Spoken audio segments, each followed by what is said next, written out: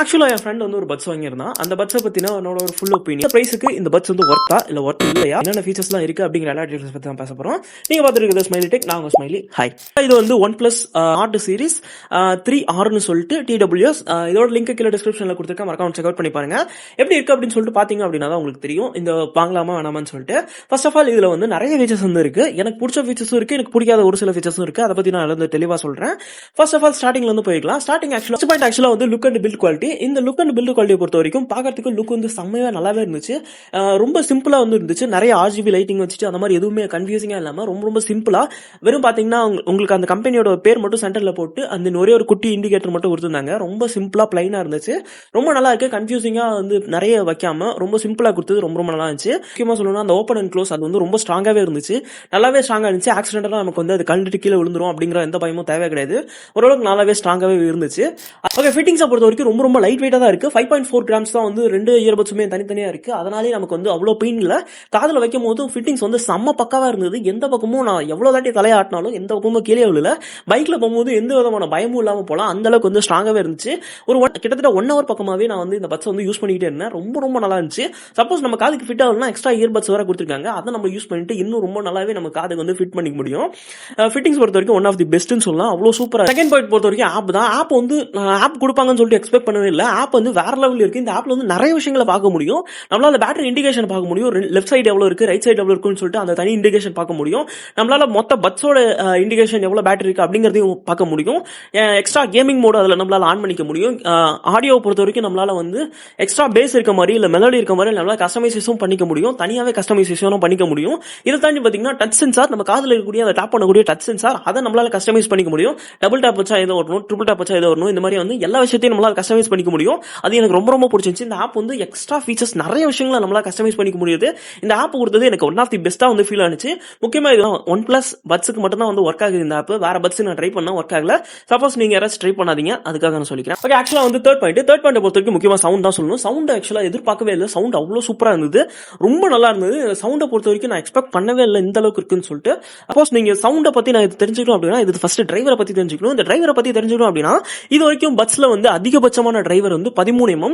எந்த அளவுக்கு டிரைவரோட சைஸ் அதிகமாகுதோ அந்த அளவுக்கு சவுண்ட் குவாலிட்டி நமக்கு வந்து கிடைக்கிறது அவ்வளோ சூப்பரா இருக்கும். இந்த பட்ஸ்ல கொடுத்திருக்கிறது 12.4 mm டிரைவர், அதாவது 12 இன்ச், கிட்டத்தட்ட ஹையர் 13 இன்ச்சுக்கு கொஞ்சம் கம்மியான டிரைவர் தான் கொடுத்திருக்காங்க. அதனாலேயே ரொம்ப ரொம்ப நல்லா இருந்தது.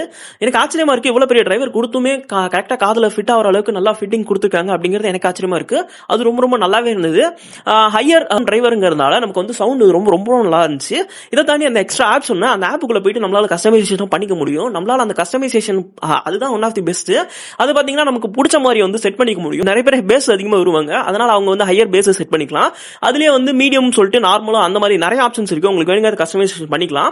இதை தாண்டியும் நம்மளுக்கு வந்து பேஸ் அதிகமா இருக்கணுமா, இல்ல வோக்கல்ஸ் அதிகமா இருக்கணுமா, இல்ல வோக்கல்ஸ் கம்மியா இருக்கணுமா, பேக்ரவுண்ட் மியூசிக் எந்த அளவுக்கு இருக்குன்னு சொல்லிட்டு கஸ்டமைசேஷன் வேற பண்ணிக்கலாம். அது இன்னும் வேற லெவல்ல இருந்துச்சு.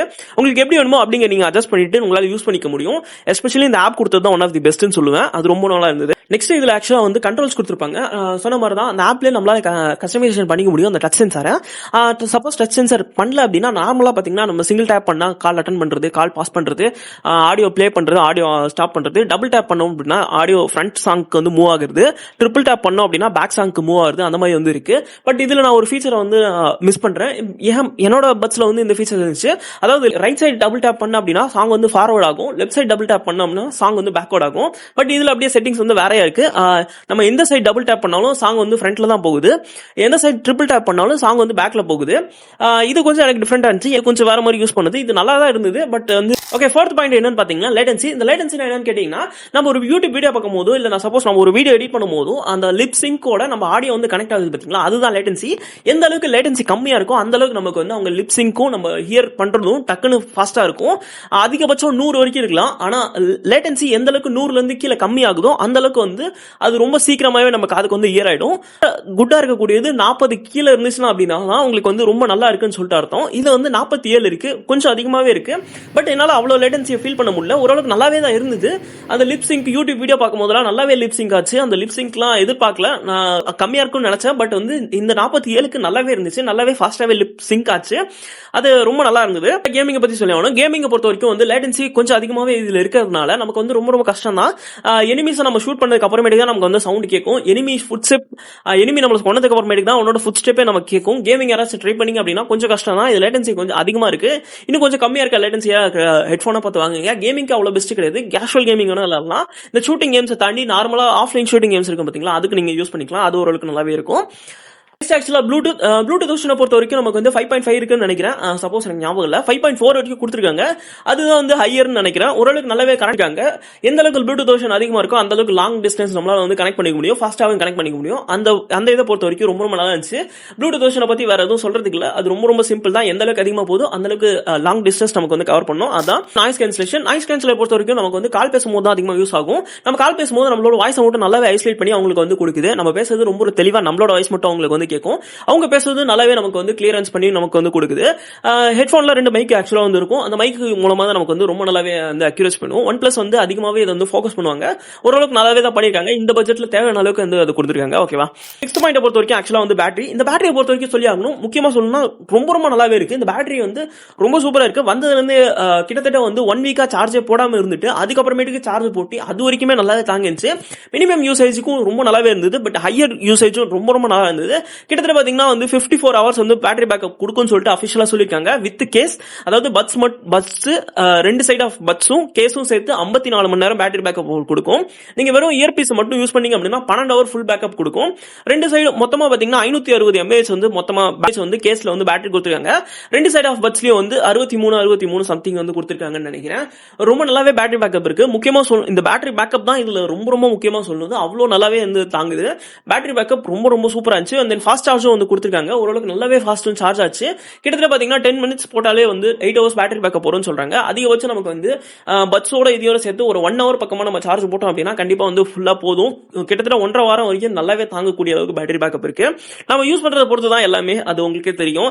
கண்டினியூஸா யூஸ் பண்றதை பொறுத்து, இல்ல நார்மலா போன் பேசுறது, இல்ல வீடியோ பார்க்கறது, இதெல்லாத்தையும் பொறுத்து தான் நமக்கு வந்து ஃபுல்லா டிசைட் ஆகும். அதிகபட்சம் 4 நாள் வரைக்கும் நம்ம எதிர்பார்க்கலாம்னு நினைக்கிறேன். ஃபுல் யூசேஜ் கண்டினியூஸா யூசேஜ் பண்ணோம்னா 4 நாள் வரைக்கும் எதிர்பார்க்கலாம்னு நினைக்கிறேன். அந்த அளவுக்கு ரொம்ப நல்லா இருந்துச்சு.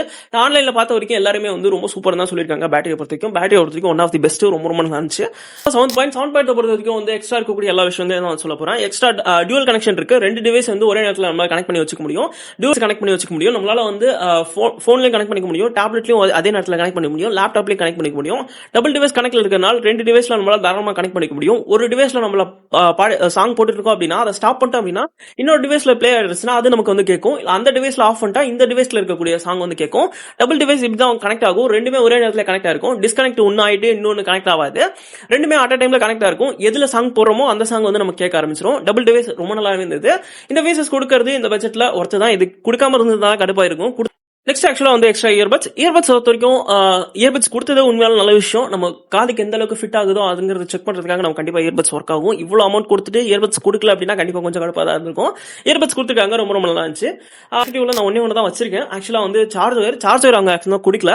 இந்த சார்ஜர் கொடுக்காது எனக்கு இன்னும் ஆச்சரியமா இருக்கு. இவ்வளவு பட்ஜெட் போட்டு வாங்கி சார்ஜர் தான், ஒரே ஒரு சார்ஜர் தான், அது கொடுக்கறதுக்கு ஏன் அவங்களுக்கு வலிக்குதா? ஒரு 3 இன்ச்சு தான், 3 இன்ச்சு நீளம் தான் வரும். என்னதான் நம்ம கிட்ட அந்த கேபிள் நம்ம யூஸ் பண்ண மாட்டோம். அது இருந்தாலும் சார்ஜ் கேபிள் கொடுக்கணுமா இல்லையா? அது சட்டமா இல்லையா? அந்த சார்ஜ் கேபிள் கொடுக்கல. அது ஒண்ணுதான் எனக்கு எக்ஸ்ட்ரா மைனஸ் ஆஃப் இருந்துச்சு. இதை தாண்டி எல்லாமே ரொம்ப நல்லா இருந்துச்சு. ஒரு குட்னு சொல்லலாம். ஓரளவுக்கு நல்லாவே இருக்கு. இந்த பட்ஜெட் முதல்ல சொல்லிடுறேன். நான் பட்ஜெட் சொல்லாமலே உங்ககிட்ட சொல்லிருப்பேன்னு நினைக்கிறேன்.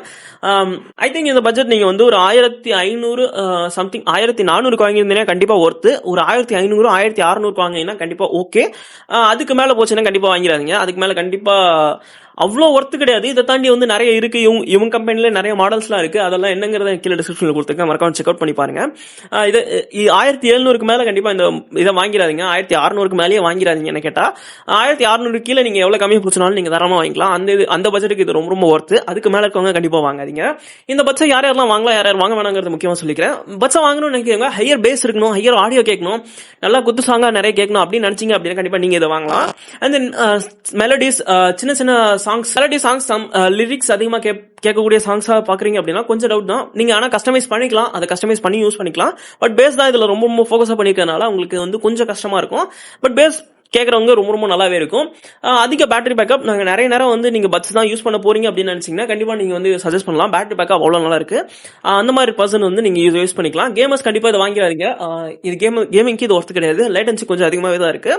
நீங்கள் கம்மியாக இருக்க லேட்டன்சியாக இருக்கிறத பார்த்து வாங்கிக்கோங்க. இந்த வீடியோ கண்டிப்பாக உங்களுக்கு பிடிச்சிருக்குன்னு நினைக்கிறேன். வீடியோ பிடிச்சிருந்தா மறக்காம லைக் பண்ணுங்க, ஷேர் பண்ணுங்க, கமெண்ட் பண்ணுங்க, சப்ஸ்கிரைப் பண்ணுங்கன்னு சொல்ல மாட்டேன்.